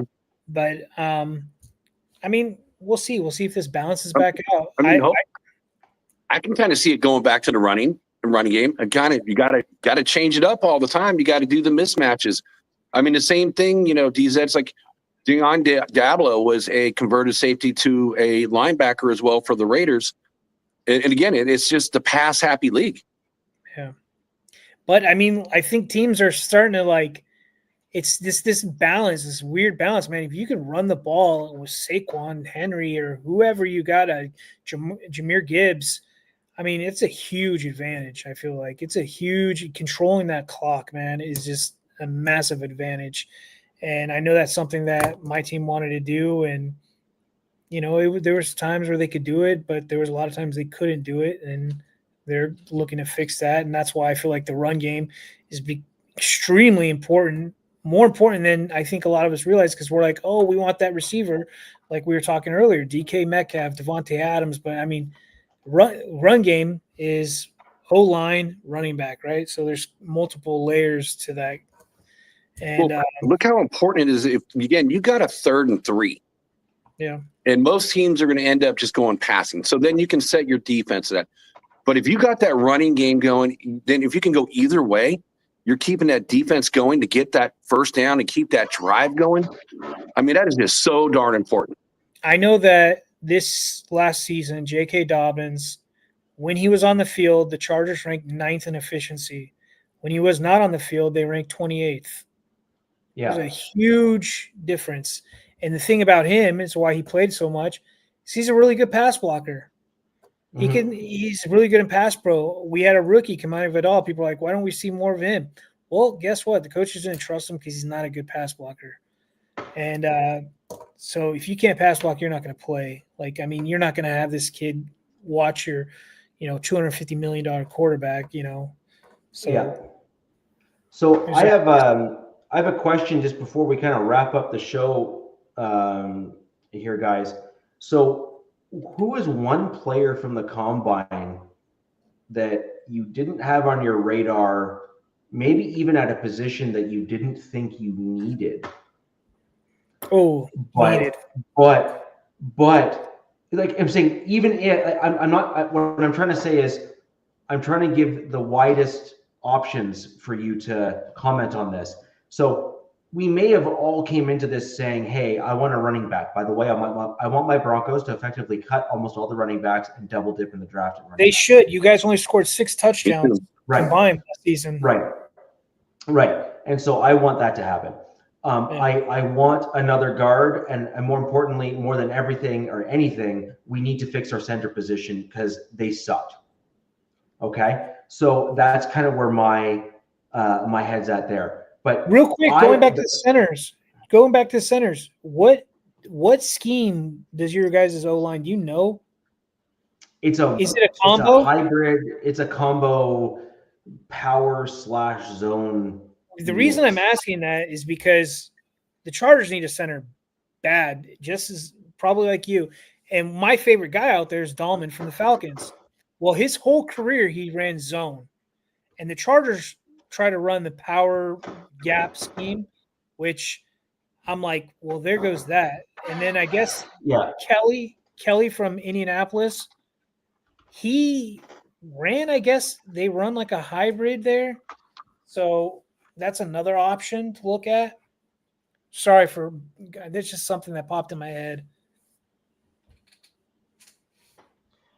Yeah, it's just an odd style. Like Peyton's one is hard to say, but I feel like it's going to be a zone. It's like Tampa and Detroit, or it's like Detroit where they run a combo, like they run like a hybrid scheme with their O-line. And if that's what you're saying, Peyton running, which is kind of like maybe same with he runs it's like a hybrid between like a power and zone blocking scheme, and it's like a meshing of the two. Sure. A lot of the times he'll also run like almost like timing blocks too, like in the scheme, where his goal is to, like, for example, on some plays there'll be some stuff that he does where he's like forcibly blocking slowly or forcibly blocking quickly, like right to the point of attack, like as fast as possible. Okay. And it's not necessarily that it's like a unique scheme, but it's like an added component to what he's running, which is an intentional fast play or an intentional slow play. And it's another dimension that a lot of coaches don't often include. It's one of the reasons why he's so well respected, is just because he's literally always playing chess. right? Like he's always playing chess in terms of how he runs the offense. And that's why we were able to be so competitive with a rookie quarterback. Yeah. Right? Like it just is. And let's be real, for all the Russell Wilson apologists that are trying to like say, look, he did okay this past year. Sort of like in the Steelers, sort of. He fell off, man. They still basically benched him. Not really. They still basically benched him. They brought back Fields and got rid of him. So apparently the rumors are they want to keep Fields. No, I think they already re-signed him. Well, I heard they're torn. I heard that, like, the owner wants, Russell Wilson, but their coach wants Fields. So, no, unless I misread something, I thought that did they sign today? The Steelers actually signed Fields or had a deal in place of some kind. So, but anyways, so I just wanted us to kind of put out one name before we sign off the show. So I'm going to give mine. It's at the cornerback position. It's a guy that I really didn't have on my radar, Darian Porter. Not familiar. A few things I really liked about him. He ran a great 3-cone drill. He had a 4.3 40-yard dash, and he's 6'3" and 195. Good size. Great size. I love the size, love the weight. Love the 3-cone, which is the shifty, like the shiftiness, like the ability to kind of like zigzag and stuff. Love all of this, love all of that kind of stuff. He's a guy that I wasn't expecting that from. He wasn't necessarily on my radar. You know what school he came from? He came from Iowa State. Okay. And so now I know. Now I know he is. All right, cool, yeah. So he's a guy that is now on my radar, and he was not before. So again, I'm not going to try to claim that I knew about him all along. Sure. Vele was on my radar for a very long time coming into the draft last year, and lo and behold, he's a Denver Bronco. So, we'll see where this lands. But I would love to see him. I felt that the Denver Broncos really do need another corner, especially for if Moss gets hurt again. Moss did a great job, but you need that other guy to kind of backfill and bolster your corner room. And we saw what Wallace did. He sucked. So we really need that other guy to step in for us. And he would be an interesting one to potentially pair on the outside, throw Riley Moss maybe into the slot again or some variation thereof, just to really bolster that cornerback room. Whether or not he makes it out of the first round into the second or third, like he'd be an interesting third-round pick if he makes it that far. I highly doubt it, given the numbers. As long as his film looks good, I do see a few that are going to be first-round cornerbacks. I think there's like 2 or 3 in there. But I really like the 6'3", 195. I really like the speed and the 3-cone, that kind of stuff. He may well have just jumped his draft capital too, being noted. Made some extra money for himself, but he's my pick. He's the guy that I did not expect. And then I did want to give an honorary mention to where is he? Was it Kroll? I don't want to mispronounce his name. He's a running back. He's my secondary honorary mention. He's a running back that I didn't actually have on my list. He was a guy that it wasn't really, I'd never really seen or heard of him, to be quite honest. I'm not familiar with him. I liked what he did. I liked how I just liked kind of sorry, my mistake. Taj Brooks, is the guy that I'm talking about. Okay, 5'9", 214, Texas Tech. Yeah. So I like. There's some dudes, man. There are some damn good running backs, man. Yeah. But again, several of them were not on my radar. Brooks was the other guy. I got the names crossed there, but obviously the corner there, he was a guy that really Darian Porter really caught me off guard. Did not expect to have him pop like that. Did not expect the consistency across the board, just because he's like the 6th or 7th corner or 8th corner on most lists in terms of depth, but yet he was third, for example, in terms of the speed and the 40. So he certainly overplayed what most people were expecting him to be. So DZ, I'll throw over to you, and then we'll finish out with Jack, so we can close out with a Raiders bit there to close out the show. For me, the guy that kind of stood out, and I didn't get to see him do this. I watched his highlights and clips. Was tight end Ferguson from Oregon, because Warren, Loveland, I think Mason, or not Mason, but Taylor, and then Taylor Warren. Yeah, they didn't test. I think they're all having pro days. No, yeah, they didn't test. So Ferguson did extremely well, but he also got hurt. Yeah, but he still ran. He ran a 4.63 at 247 pounds. So that kid definitely made some money, and he's turning some heads as a potential, just right outside those top tight ends. You got this guy in there. So I like him a lot. And then an honorary guy is not for me, but it's for Alex's team, the Chiefs. I saw this nugget. Oregon State tackle Gerard Christian Lichtenhan.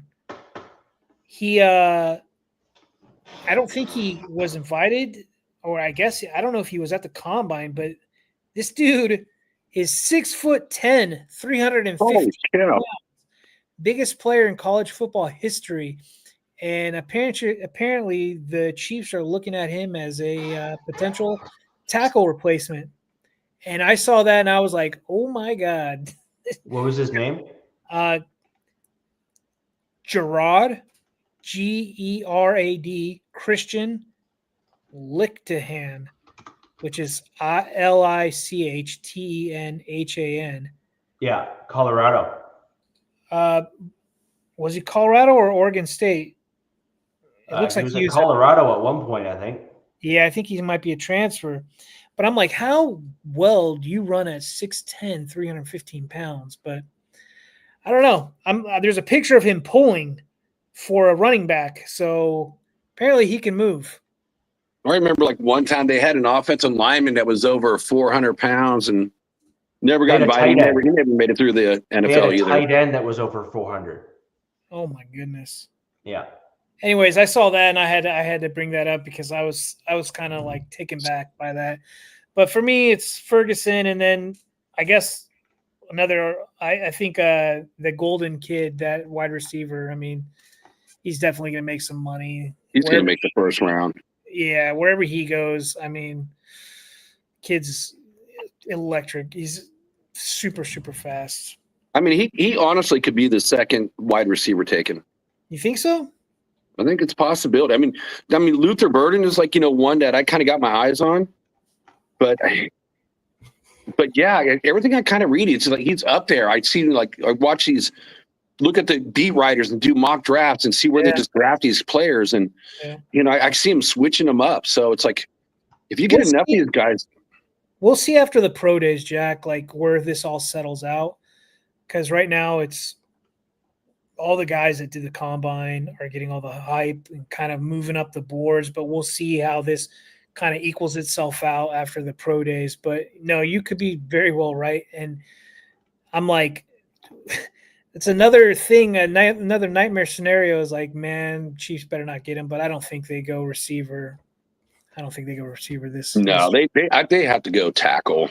Tackle or I think they're forced to go tackle because, again, that's their weakness is the left tackle and the right tackle. And now you need another guard almost, because making that trade. Well, I think they made that trade because they liked that Kingsley Suamataia. God, I can't say his name. Kingsley Suamataia. Something like that. I think that is their plan. I wish Alex, we can probably talk to him next week, but this was a very risky trade in my eyes that the Chiefs made. But anyways, Jack, you got a guy? Sorry, just real quick to touch on that guy before we throw to Jack and then close everything out. His height and weight kind of fluctuate depending on where you're at. His height is anywhere from 6'10" to 6'9". So I mean, we're come on, 6'9" short, right? But yeah, that guy's a massive human. He played for the Buffs, the Colorado Buffs, which is interesting. From 2020, if I'm not mistaken, through to 23, and then transferred in 24 to the Oregon State Beavers, where he is now entered or will be entering the draft. So he was there with Prime, under Prime then. Okay. Yes, he was. Yeah. Yeah. Sorry. I just wanted to, give the history there on your guy so that we can kind of round that out. Jack, last but not least, close everything out. Fire away. So honorary mention, I'm going to say, is Jackson Dart. He improved his stock so much during the combine, and with Shedeur dropping down, having bad interviews, and so he's my honorary mention. I feel like he's a first round draft pick. Someone's going to take him in the first round, but I got to stick with the running backs, guys. Amari Hampton, he was the number 2, but with his side speed and weight, flirting with number 1, man. I think he potentially can even pass up Genty. He can possibly do it. Again, Richie, when you were having issues, the knock on Genty is that he fumbles a lot because he's got small arms. But I will also say this: I was always very interested in the Ohio State running backs, because when I watched them run against my Notre Dame defense, and my Notre Dame defense is one of the best in the country, and I was really, really thinking, Henderson Henderson was going to be the guy. And I thought he was going to be like fast. But Junkins, who's a bigger dude, is just as fast as he is. So I would say, Junkins is like the guy that really impressed me in this draft. Because again, his own teammate. He's a dude, man. He is a dude. He is a dude. Yes. So I think he passed his own teammate up in the draft, and that was the guy I think I was most impressed with. I didn't watch, guys. I'll be honest with you, I didn't watch all of it. I went on a bunch of Raider shows, and we kind of listened to what they had to say, but I did pay attention to that, and I would say, again, Junkins is the guy that I am most impressed with. Jack, go back to Hampton. He scored a 9.93 RAS score out of 10, which is really impressive. That's so he's very high. He's a well, that's what I said. I think he can pass up Genty. Just because of height, weight, speed, and everything else he's got. So he ran a 4.46 40. That's moving, man. So that's not bad. It's 6 foot 220. He's 6 foot 221. My concern with him, it's not a concern per se. It's just I would have liked to have seen what his 3-cone was, because that would kind of give you a rough idea. It's a scratch on the stats that I'm looking at here, and I wasn't able to catch him. His 20-yard shuttle was 4.4. His 40-yard dash was 4.46. He measured in at 6 foot 221. His arms were 30 and a half, which isn't necessarily like those measurements for running back aren't the big ones, but his hands are 9 3/8, which is actually a good size for hands for potential pass catching. That kind of puts him in a, right within like a sweet spot in terms of potentially being okay on that front. And his height and weight, as long as he's able to translate that into the NFL, could bode well for pass pro as well, just because that's a pretty good, size. That kid had over 1,600 yards last year. Hampton has been mocked to the Chargers a lot at 22. I think he might be gone before 22. He's rising. I think more people are getting aware to who he is and what he does and what he can potentially be in the NFL. I think he's got that perfect, like that prototypical perfect kind of build frame, the whole nine. Can I throw one more guy out there? And I did see some is now his name Baishul Tootin. He ran a 4.32 40, like what position? Running back. Running back. And he's 20 pounds heavier than A-Chain, the Miami guy, who is this speedster. Like, oh my goodness. Like, this is what I'm talking about. there are some guys. This is like they were all made in a factory or something. I don't know what the hell's going on in our water, our food, or what's. These dudes are just. It's. I think. I mean, a lot of people are down on football right now with quarterback play and the rules, but I mean, there are some just complete freaks coming out, and I think it's going to be exciting. I think it's going to be really exciting to see some of these guys. I'm looking forward to it, man. And I cannot wait until the draft. Oh, you So and me both. I'm building up a bit of a list of a few guys that I really like that were not invited to the combine and that are small school prospects. So yeah. I kind of expect to see this number, and people are going to start talking about all these guys over the next like 3 weeks or so anyway.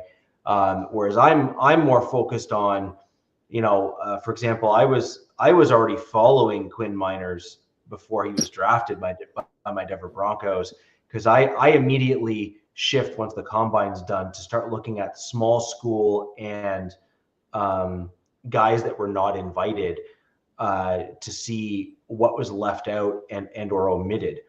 Because there's certain positions, for example, that actually transition and translate very well to the NFL, but they're just always snubbed. So, for example,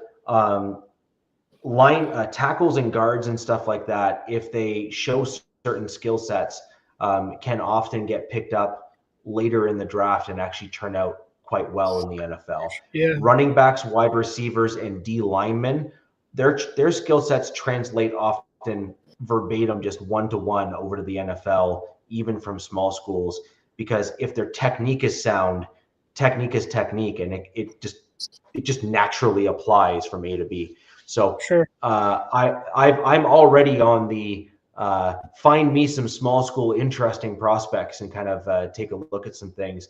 There's some wicked speedsters that are at small schools that are not being spoken about, that I'm digging into and taking a look at, because those are the types of guys that I'm really interested in, the guys that no one bothers paying attention to, and then you start wondering where the heck they came from, and inevitably you always get one or two dudes that make it to the NFL that turn heads when you see like a running back go down the field like a flash, and people say, where did that guy come from? So our next show will be the first day of free agency. So that'll be good. The 10th, 2 days before Wednesday, on Monday, that's tampering starts. So we might have it could be breaking news while the show's going on. So that should be fun. That should be interesting. Absolutely. Yeah, man. Looking forward to it. So, guys, that'll do it for the show. We will go into a lot of those details, as you said, the free agent tampering period and stuff like that. We'll have some rumors to talk about. And then we'll also cover just a little bit more in terms of the combine and what that might do to our teams in terms of the stats and the interesting things we saw. But until then, until next week, guys, Alex will be back, and we'll have a full complement of the AFC West to talk about more football and what it's like for our teams. Until next time, where the West Side's the best side. Peace. Fast lane when I pass in the street, bag of money in the passenger seat. Tempo's been asking for me on the road from the west to the east. Way up, I might never come down, cause the coast racking up the flight miles. So high, I might never come down, so what, this is my lifestyle.